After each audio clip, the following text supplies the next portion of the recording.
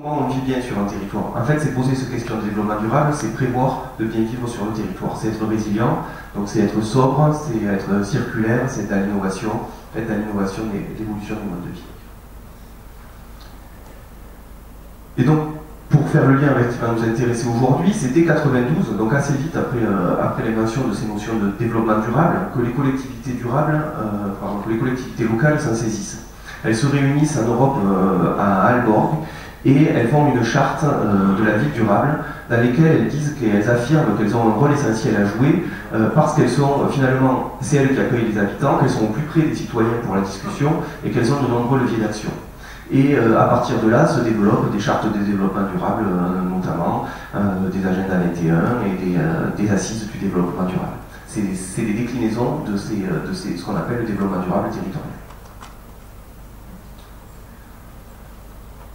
Et aujourd'hui, depuis, on le sent, un regain d'intérêt sur ces sujets-là, à travers le mouvement l'an dernier autour de la COP21, on a vu qu'il y avait un vrai intérêt de la part des citoyens, de la part des associations, de la part des entreprises à s'engager sur ces questions-là.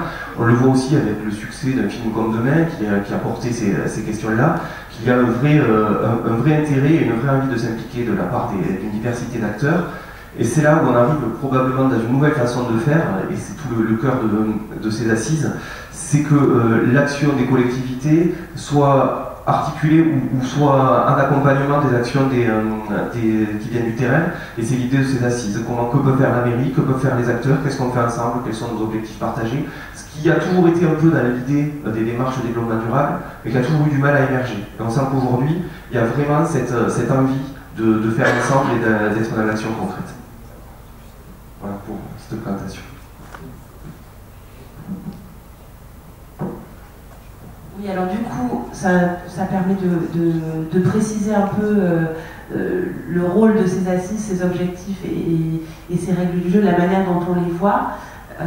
Donc, comme je le disais tout à l'heure, on a prévu trois temps avec pour objectif d'ici à la fin de l'année de produire, d'arriver à avoir un plan d'action de développement durable pour le territoire d'Aurillac. L'idée étant, comme vient de le dire Mathieu, c'est d'avoir à la fois des actions portées par la ville, mais également, dans l'idéal, des actions portées par les forces vives du territoire. C'est vraiment cette idée que, et on y vient de plus en plus, que le développement durable, ça ne peut pas être un acteur. C'est vraiment tout le monde qui est concerné et qui peut faire des choses. Et à travers ces assises, c'est ça qu'on va essayer de fabriquer. Donc aujourd'hui, je ne reviens pas dessus, c'est la conférence de lancement où on va essayer de partager un peu si ce n'est un diagnostic, ou en tout cas des champs qui nous semblent importants de travailler pour l'avenir. Le deuxième temps, je le rappelle, c'est le 5 octobre. Normalement, vous avez déjà cette date, donc ce sera toute la journée. Et là, ça va être un temps plus de production et d'essayer de fabriquer ensemble des actions. Et enfin, fin décembre, un temps plus grand public, puisque là on a fait le choix sur les 2 premiers temps de plutôt mobiliser les acteurs constitués, donc les associations, les institutionnels, les entreprises, qui peuvent être potentiellement porteurs d'action, et les collectifs d'habitants d'ailleurs aussi. Et donc ce 3e temps en décembre, qu'on imagine plus festif, convivial, pour le partager avec le grand public. Partager l'ensemble de nos travaux. Donc à ce stade, oui, simplement quelques règles du jeu, parce qu'à chaque fois, on essaye dans les moments participatifs de se donner des règles du jeu. Comme je le disais, l'idée c'est vraiment qu'on s'écoute mutuellement, qu'on ait une expression courtoise avec nos voisins, évidemment, avec toujours dans cette idée d'être dans l'idée d'un projet partagé et constructif. Et par ailleurs, nous et la ville d'Aurillac, on s'engage à vous entendre et à prendre en compte nos échanges et vos travaux, notamment pour la construction des ateliers thématiques du 5 octobre. Voilà un peu rapidement brossé le cadre dans lequel on s'inscrit. Donc à ce stade-là, est-ce que vous avez déjà des questions, des remarques avant qu'on poursuive sur notre analyse des potentiels de développement durable d'Aurillac? Non? C'est clair? Tout va bien? Sur le déroulé des assises aussi, ouais? Tout va bien, on continue. C'est parti. Soyez sûr, parce qu'on va encore parler 20 minutes aussi. Une question qui va durer 20 minutes. Est-ce qu'il y a une date pour décembre qui est déjà connue? Non, pas encore. Pas encore. Plutôt, ce sera mieux. Absolument, et elle devrait se caler rapidement. Concernant les ateliers, j'ai vu passer dans le mail des thématiques qui avaient déjà été retenues. Vous pouvez nous les rappeler, parce que je n'ai pas d'autres imprimés. Alors non, l'idée c'est qu'elles n'ont pas été complètement retenues. Nous, on en a imaginé 6 qu'on va vous présenter là, juste après notre échange. Mais c'est de voir avec vous si ce sont les bonnes, si c'est sur celles sur lesquelles vous voulez travailler, et peut-être qu'il n'y en a que 3 sur lesquelles vous voudrez vraiment vous pencher. Donc elles ne sont pas prédéterminées. Nous, on en a imaginé, et on vous les soumet ce matin, justement. Peut-être pour compléter sur la date de décembre, qu'on essaiera de fixer le plus tôt possible, mais je pense que ce sera plus simple, après les ateliers, d'avoir un peu de visibilité et de voir... l'objectif, c'est quand même d'arriver à un plan d'action concret, avec des dates et des engagements de réalisation sur des actions. Et il y a peut-être un processus itératif entre la proposition et le porteur de projet lui-même qui risque de rallonger un peu la durée. Sachant que parallèlement, on a aussi, ce qui pourrait être une bonne nouvelle, des financements sur les territoires à énergie positive qui pourraient être fléchés dans le cadre de ces actions. D'où l'importance de se laisser un certain temps d'aller-retour entre les propositions et de voir quel financement pourrait être fléché dans certaines actions. C'est pour ça que peut-être ça risque... J'espère que ce sera qu'on pourra répondre. Sachant aussi qu'il y a une autre contrainte, c'est qu'on va rentrer après dans une période d'élection présidentielle, qui fait que toute communication va devenir compliquée si on a des institutionnels qui doivent participer, notamment des financeurs. Donc ce serait bien de tenir quand même la date de décembre. Le plan d'action, c'est pour l'année qui vient ou c'est... Ça va dépendre un peu des actions. Si on doit faire 50 km de pistes cyclables, ce sera pour plusieurs années quand même.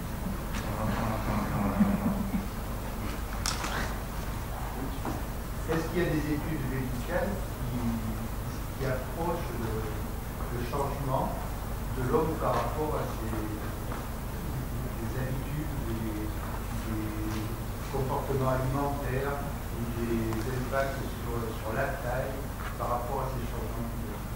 Est-ce qu'il y a l'adaptation de l'homme à ce changement climatique? Je suis désolé, mais je ne sais pas vous répondre. Je n'en connais pas, ça va pas dire ça. Vous avez des connaissances sur ça ou... Non, mais on s'aperçoit que la taille humaine augmente. Est-ce que c'est aussi une adaptation à ces changements climatiques? J'ai jamais rien lu en ce sens-là. Non, j'ai rien lu dans ce sens-là. J'ai jamais vu d'études qui fassent le lien. Tu as Pierre Suivert. Le réchauffement climatique favorise l'émergence de certaines maladies. Nous avons de nombreuses études dans ce domaine. Et petit à petit, vous avez des moustiques qui étaient présents en Afrique, qui commencent à être présents sous les latitudes européennes. Donc il y a quand même un impact, en particulier sur les maladies. Donc ce qu'on va vous présenter là, on peut appeler ça un diagnostic des potentiels, on l'a appelé comme ça, mais notre idée là, c'était de comment on a travaillé. En fait, les thématiques du développement durable, elles sont connues. On a ce qu'on appelle des référentiels, des guides méthodologiques écrits par le ministère. On connaît les thématiques très fortes qui sont mises en avant, par exemple dans le film Demain, et qui est bien documenté, on va dire, et qui s'appuie bien sur ce qui se passe actuellement sur les sujets actuels. Donc tout ça se croise. Et donc, on a regardé ces différentes thématiques, donc on peut commencer à afficher. Et en fait, le travail qu'on a fait, c'est de regarder à travers différentes études disponibles sur le territoire, mais aussi avec une douzaine d'entretiens qu'on a réalisés avec certains d'entre vous, essayer de voir en quoi ces sujets avaient du sens sur le territoire. Donc, ce qu'on vous présente là, c'est ça. C'est en quoi est-ce que les sujets de la transition énergétique, de l'aménagement durable, de l'alimentation, de la biodiversité, d'une économie durable, verte et circulaire, de la participation citoyenne. En quoi elles sont intéressantes sur Aurillac, quels sont les potentiels de la ville, pourquoi selon nous c'est un sujet. Et c'est ce qu'on voudra discuter ensuite avec vous, pour voir si vous partagez le fait que c'est un sujet, et de quelle façon vous trouvez que c'est un sujet, c'est ce qu'on veut faire ce matin. Donc, le premier thème qu'on aborde est autour de la transition énergétique, et d'abord avec la question de l'efficacité énergétique et climatique. On a une première question qui est la question d'une vulnérabilité du territoire à la précarité énergétique d'une part, donc la capacité des habitants à consommer de l'énergie, que ce soit pour se chauffer, s'éclairer, se déplacer, et la question de la dépendance au pétrole. Donc les sources sur lesquelles on a pu s'appuyer, vous avez sur la partie droite, on a un diagnostic énergétique au niveau régional, où on voit que 32%, alors je ne sais pas si vous voyez, je vous ai fait la lecture, moi-même j'ai un peu de mal, on a 32% des consommations énergétiques en haut, en rouge, qui sont liées aux consommations des résidentiels, donc essentiellement du chauffage, mais aussi de l'éclairage ou de l'électroménager. On a ensuite 31% en bleu clair, donc c'est à peu près équivalent sur la partie haute à gauche, sur les transports. On a 20% sur l'industrie, 13% sur les activités tertiaires et 4% sur l'agriculture. Là, on n'est que sur les consommations d'énergie. Mais on voit bien donc on a un sujet sur les consommations d'énergie et sur les déplacements. Si on regarde sur les questions de précarité énergétique, pour faire simple, le premier facteur de précarité énergétique, c'est d'abord la précarité tout court. Quelqu'un qui est en situation de précarité aura du mal à payer ses factures. Après, il y a des facteurs aggravants. La taille des logements, l'âge du logement, l'utilisation du fioul vont venir encore aggraver ce facteur-là. Donc, ce qu'on peut voir sur le territoire, c'est qu'on est sur Aurillac, sur une ville qui a un niveau de revenus plus faible que sur, par exemple, le reste de l'agglomération, et qu'on a en plus certains quartiers qui concentrent encore un peu plus les populations en situation de précarité. Donc on peut très raisonnablement penser qu'on a un enjeu de précarité sur le territoire, précarité énergétique, je veux dire, à traiter plus spécifiquement. Les déplacements, je vous l'ai dit, sont également une source à la fois de consommation d'énergie, à la fois d'émissions de gaz à effet de serre, et à la fois de coûts. Donc c'est aussi une question sur le territoire. Si on veut compléter, et là on a un bilan carbone qui a été réalisé à l'échelle de l'agglomération, là aussi peut-être un peu difficile à lire, mais dont les principaux enseignements sont qu'en plus des sujets qu'on vient d'évoquer, il y a aussi des émissions de gaz à effet de serre sur le territoire qui ne sont pas énergétiques, qui sont liées à d'autres activités, et sur le territoire en particulier l'agriculture, et aussi les modes de consommation, et en particulier l'alimentation des habitants. Donc sur les enjeux gaz à effet de serre, si on dépasse l'énergie, il y a aussi la question des modes de production agricole et de nos modes alimentaires. Autre volet important sur ces questions, c'est la production d'énergie renouvelable. Et là, on a des signaux favorables et des potentiels intéressants à confirmer sur le territoire.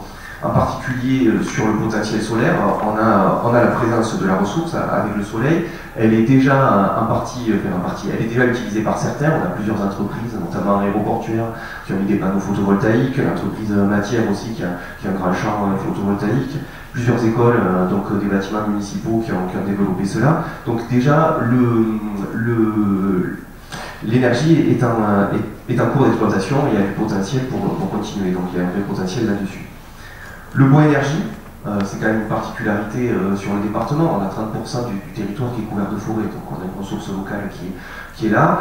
C'est une filière qui est en cours de structuration, qui est structurée plutôt, on va dire, depuis 2007, donc fort de cette ressource, il y a vraiment un travail qui est engagé.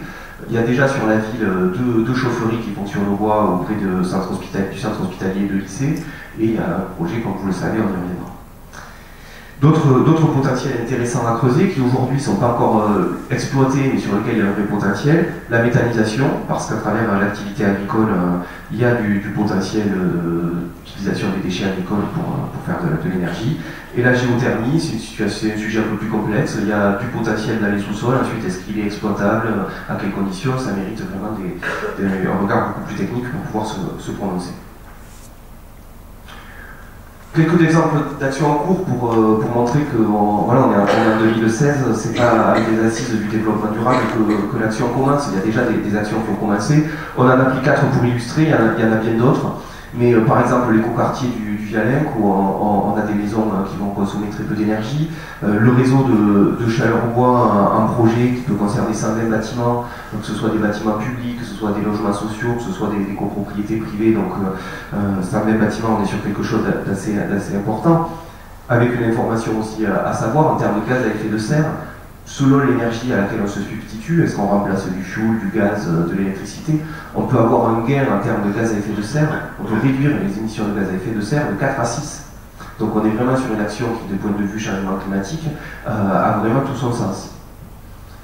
Les panneaux photovoltaïques, donc il y en a déjà sur 6 sites municipaux, et des travaux d'isolation avec du soutien à travers ce qu'on appelle les OPH, RU, les opérations de programmation d'amélioration de l'habitat en renouvellement urbain, déjà 80 projets aidés, et aussi différents bâtiments publics.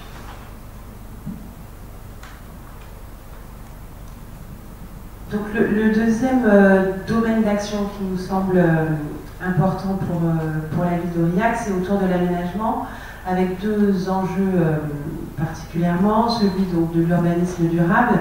On est dans un territoire qui est marqué par une forte présence des espaces agricoles et avec des paysages et un patrimoine intéressant et à préserver. Donc on peut dire Aurillac, une ville à la campagne, ou Aurillac, un village qui lui donne quand même une identité très forte, avec une difficulté, c'est un fort taux de vacances des logements dans le centre ancien et ce qu'on appelle un étalement urbain, donc les gens qui s'en vont plutôt en première couronne ou à la périphérie de la ville, ce qui engendre effectivement une consommation d'espace importante et qu'il faut réfléchir, intégrer et essayer de faire en sorte de réinvestir le tissu urbain existant, ce qu'on appelle refaire la ville sur la ville. Il nous semble que c'est un enjeu particulièrement important à Aurillac.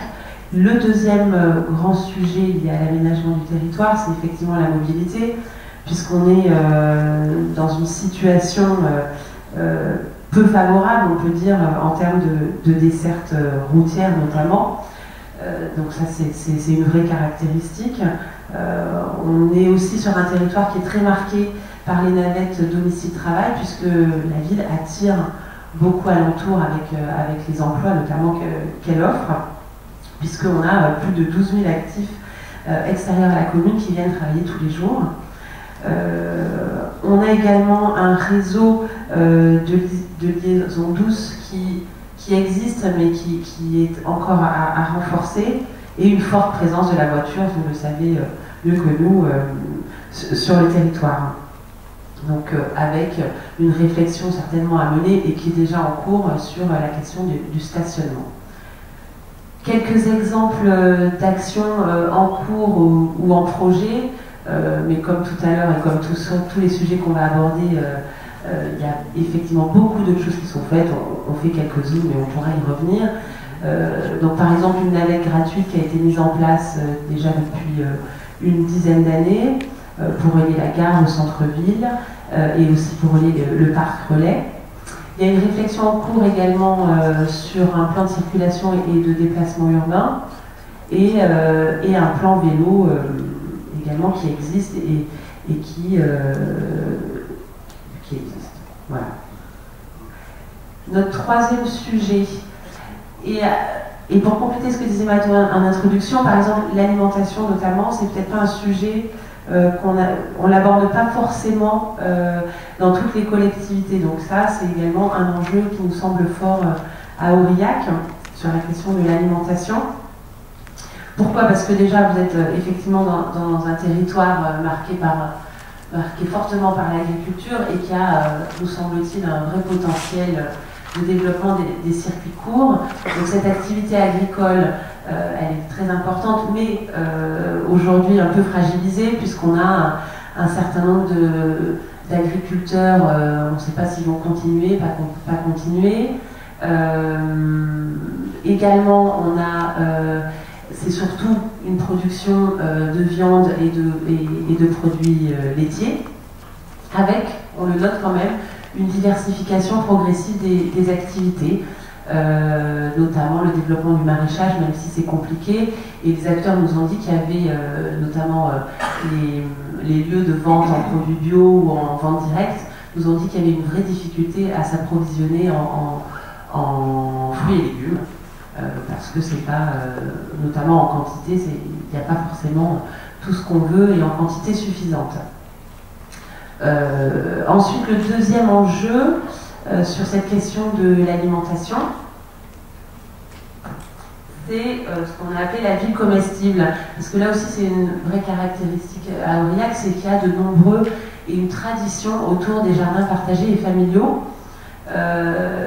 qui nous semble intéressante, sur lequel s'appuyer en tout cas, parce que ça relocalise la production et la production en ville et pour les gens de la commune. Donc aujourd'hui, on a 254 parcelles, ce qui est déjà pas mal, et il y en a de nouvelles qui se sont ouvertes récemment dans le quartier. Je ne l'ai plus en tête, je crois qu'il y a des gens qui sont là. Brouzac. Voilà, merci. Donc cette tradition se perpétue et continue. Ensuite, on s'est posé la question aussi, à côté de ces jardins, il y a de nombreuses maisons individuelles sur votre territoire, donc est-ce que là, il n'y a pas aussi un potentiel de jardin potager ou de verger à développer?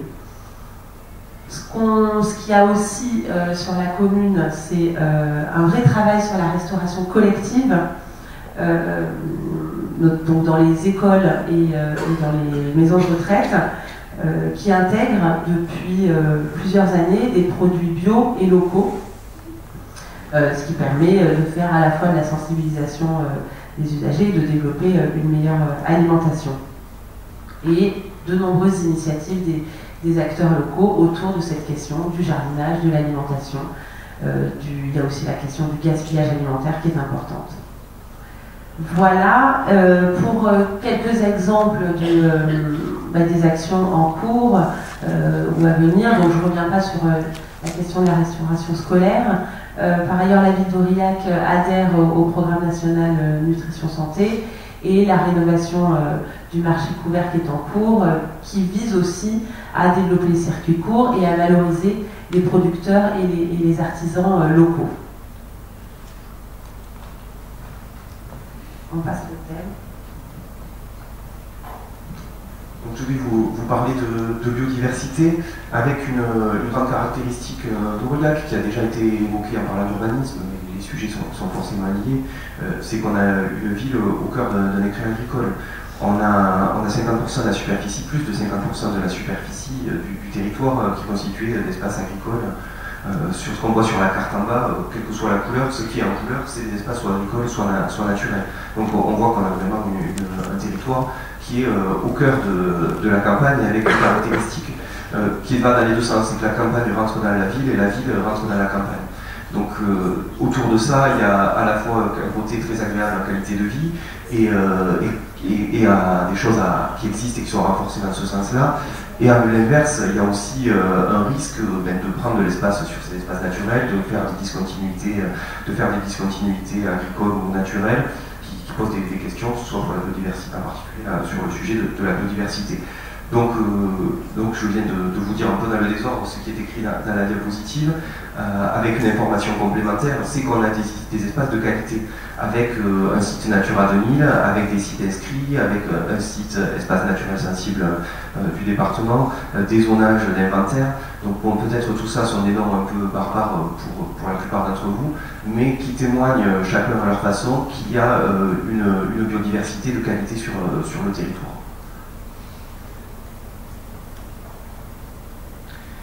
Et pour développer un peu le pendant inverse, la nature est présente en ville, on a des espaces naturels qui s'intègrent dans la ville, avec des petits bois, des jardins. La Jordanne, j'ai oublié cet élément important dans mon exposé précédent, voilà, vous avez une présence très forte des rivières, peut-être un travail à faire sur la ville qui tourne un peu le dos à sa rivière, sur laquelle il y a un investissement qui peut être intéressant à exploiter.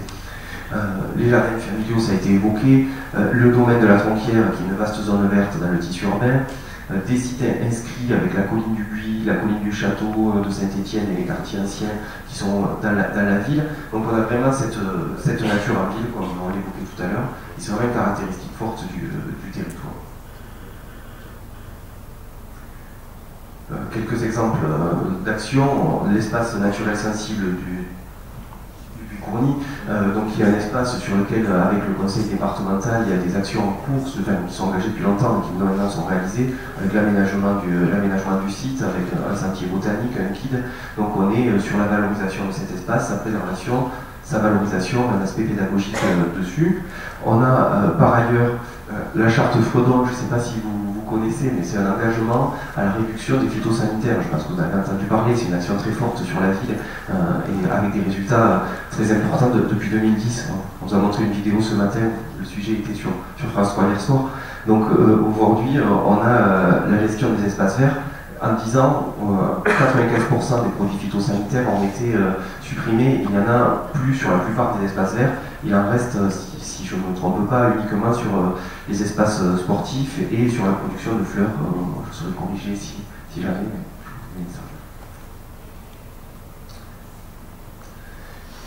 Le problème, c'est les cimetières. Donc, sur autre sujet, sur l'économie durable.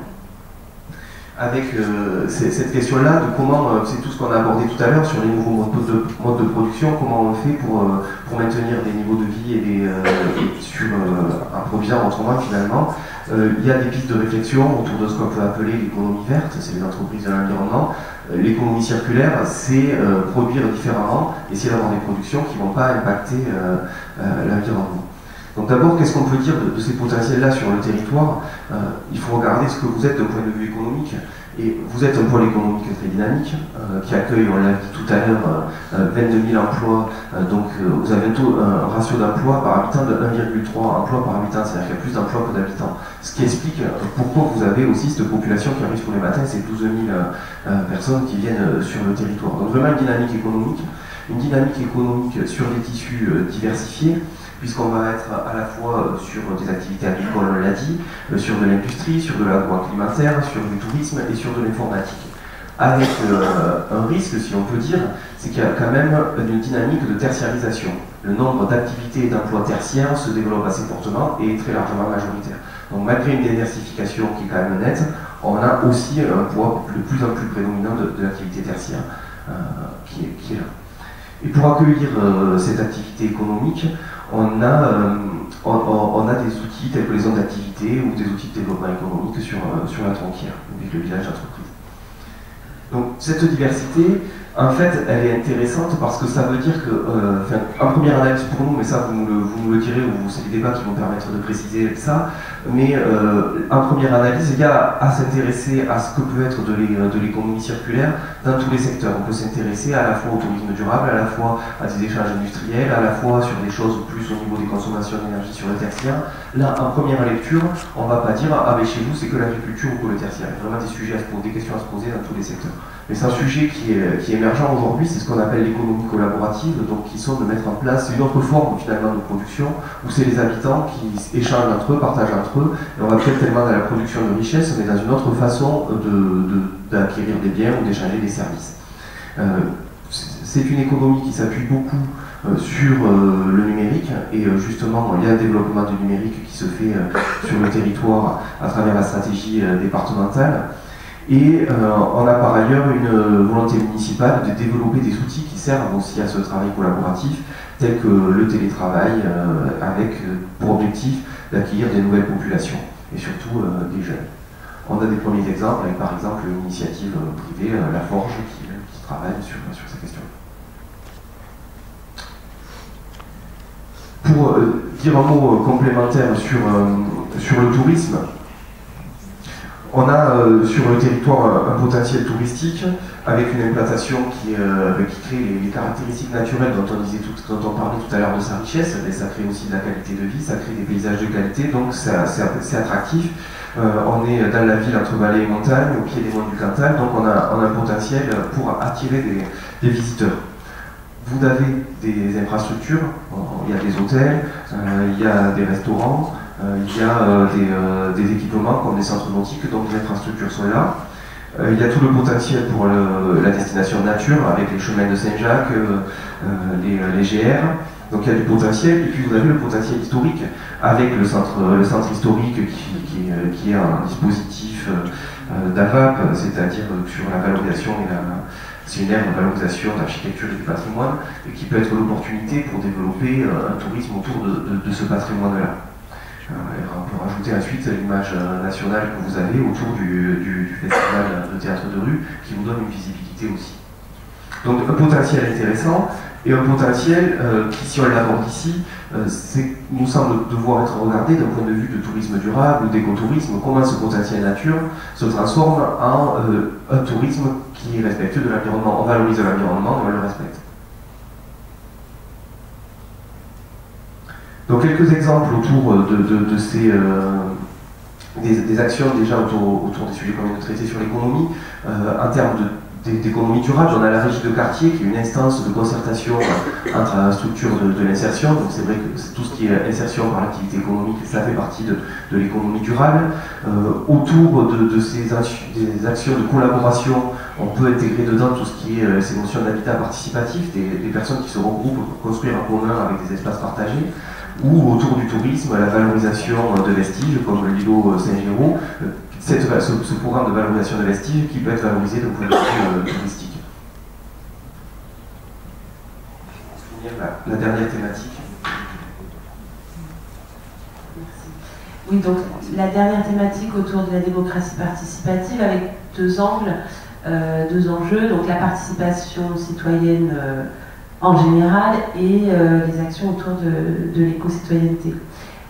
Une des caractéristiques d'Aurillac, et une vraie richesse, c'est cette dynamique associative qui nous a sauté aux yeux quand on a commencé à travailler, et l'existence aussi de nombreuses instances et de démarches de concertation, avec des instances comme effectivement les conseils de quartier que vous connaissez tous, mais aussi le conseil participatif des jeunes, le conseil participatif des aînés, et aussi, je ne sais pas s'il est effectif ou pas, le conseil participatif local du numérique, c'est un projet ou...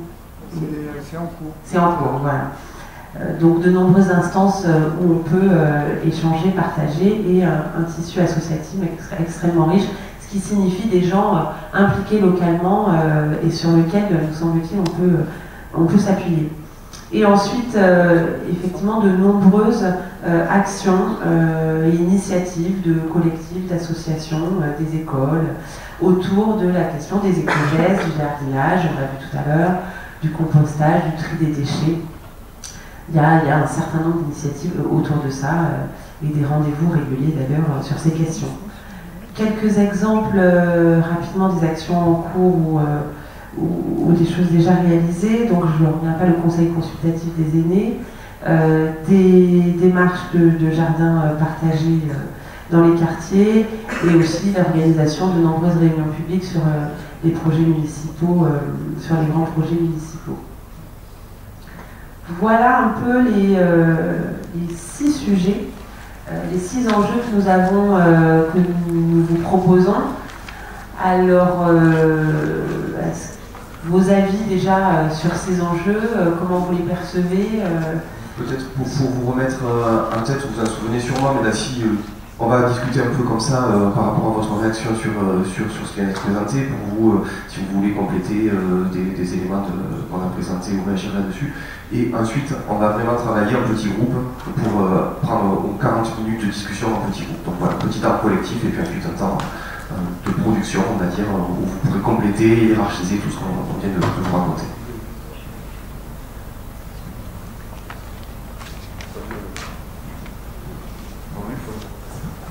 Il y a beaucoup de choses qui me feraient réagir, mais je vais prendre les plus importantes pour moi.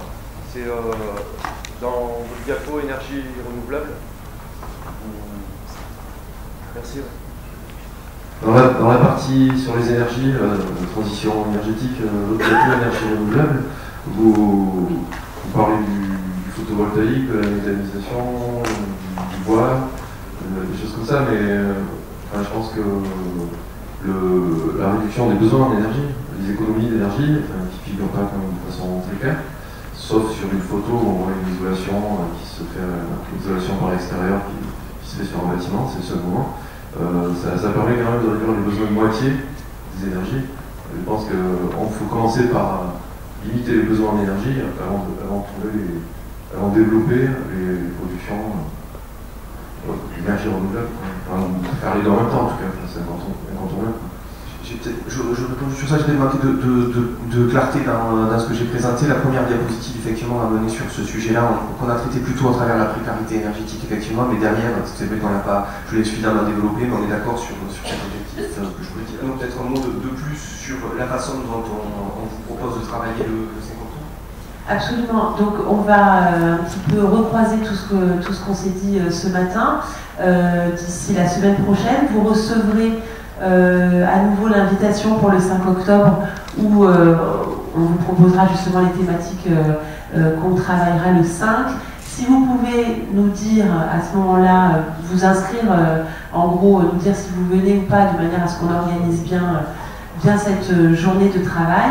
Et donc le 5 octobre, ce sera véritablement d'identifier ensemble des initiatives concrètes qui pourraient être mises en œuvre soit à court, à moyen ou à long terme. On l'a vu ce matin que ça dépendait des sujets à traiter. Avec une méthode de travail assez différente de ce qui s'est passé ce matin, puisqu'on ne sera pas dans une configuration plénière, mais un atelier, donc plusieurs ateliers qui travailleront toute la journée, 2 temps de travail, vraiment où il n'y aura pas d'exposé ou de présentation, mais vraiment dédié à de l'échange, à de la production, avec un objectif d'identifier ces premières pistes d'action. Une question? Juste avoir une petite précision par rapport aux ateliers à venir. Vous réinvitez les mêmes personnes qui étaient conviées aujourd'hui ou est-ce que vous élargissez encore un peu plus? C'est une très bonne question et qu'on évoquait il y a quelques minutes. Et l'idée c'est d'élargir davantage pour qu'on soit encore plus nombreux. Voilà, je conclue. Absolument. Donc d'abord, moi je tiens sincèrement à remercier tous ceux qui ont participé, vous tous présents, parce que c'est vrai que ce matin j'étais un peu déçu de la fréquentation. Je pensais qu'on allait attirer des personnes qu'on ne voyait pas d'habitude, ou des structures et finalement, je me dis qu'on est tous engagés, on est tous convaincus, chacun à notre niveau, donc ça fait partie probablement peut-être du noyau dur de ce qui peut se faire sur la ville d'Aurillac en termes de réflexion, mais que après les échanges qu'on a eus, je pense que ce serait vraiment intéressant que dans les ateliers, vous invitiez toutes les personnes que vous souhaitez, qui vous semblent avoir un mot à dire là-dessus ou qui puissent être intéressés, que vous n'hésitiez pas à inviter des personnes de façon à ce qu'on ait un maillage territorial ou en tout cas des points de vue parfois différents et qu'on puisse toucher ces personnes-là et qu'elles puissent concrètement ne pas rester dans l'attitude de un tel devrait, l'État devrait, la ville devrait, le département, etc. Mais qu'est-ce qu'on peut faire nous-mêmes pour ça et qu'est-ce qu'on pourrait souhaiter qu'il soit fait?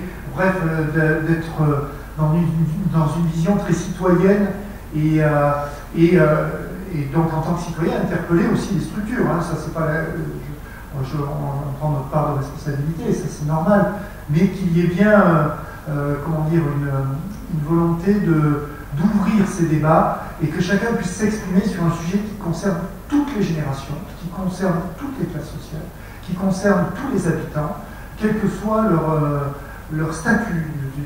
C'est tous les citoyens, c'est un débat citoyen et donc ça veut dire tous les individus qui acceptent les règles de notre République. Donc moi ce que je souhaiterais, c'est qu'on soit nombreux à ces ateliers. Encore une fois, je l'ai dit et je le redis, c'est une question de confiance, on a rarement confiance dans les hommes politiques, mais je vous assure que l'idée n'est pas d'orienter où il n'y a pas de schéma déjà préinscrit.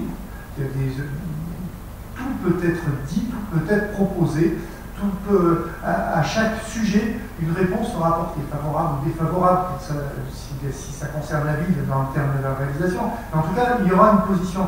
Donc l'idée, c'est de permettre ce dialogue, de permettre peut-être des pistes nouvelles, et nous, qu'on soit facilitateurs, pas nécessairement faiseurs. Donc c'est de vraies assises, ce que je vous propose. Donc c'est important qu'on l'ouvre à tout le monde. Il y a des propositions, j'ai noté moi, sur l'éducation qu'on n'avait pas traitée. Et l'éducation au sens large, c'est l'éducation des écoles, mais c'est aussi l'éducation citoyenne. C'est tout le maillage qu'on peut avoir sur le territoire avec tous les autres. Je pense qu'il y a des vrais problèmes, des vraies problématiques, des façons de faire qui doivent être réinventées et qui peuvent sortir de ces ateliers. Donc moi je vous invite chaleureusement à venir.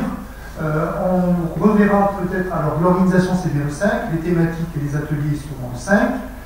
On reste sur un schéma d'une journée, alors c'est vrai que ça facilite pas ceux qui travaillent, ceux qui ont... Mais bon, il fallait faire un choix, on ne peut pas bloquer des demi-soirées 2-3 fois dans la semaine. Par contre, ce qu'on fera à la réflexion, c'est qu'en décembre, ça m'a été plusieurs fois dit, la synthèse et le plan d'action qui pourra encore être discuté lors de cette synthèse sera en réunion publique le soir. Comme ça, enfin le soir, ou à 18h ou à 19h, en tout cas permettra de toucher peut-être des personnes qu'on ne pouvait pas toucher en organisant dans la journée. En tout cas, moi, sincèrement, je vous remercie. J'étais impressionné par les groupes de travail de ce que j'ai parcouru. Je pense qu'il y aura vraiment dans les ateliers des propositions. Et on est preneur, on est demandeur, et puis comme ça, on prend aussi la responsabilité d'accompagner autant qu'on peut, et donc de fait, c'est un engagement de perdurer. Et bien sûr, il y aura des plans, il y aura un planning ou une déclinaison pluriannuelle, de façon à ce qu'on ait bien des moments d'étape à l'issue de ces ateliers, et que ce ne soit pas one shot et trop court et que de la communication politique, parce que vous avez vu, il n'y a pas la presse, hein, donc là, l'idée, c'est vraiment de rester sur ce travail de fond, et dans les ateliers, ce sera la même chose. Après, pour la réunion de synthèse, peut-être qu'on verra différemment, mais aujourd'hui, il n'y a pas de com, il y a simplement que du travail de fond, donc c'est un vrai enjeu. Il faut qu'on continue à travailler sur cette procédure. Par contre, invitez bien tous ceux qui peuvent être invités.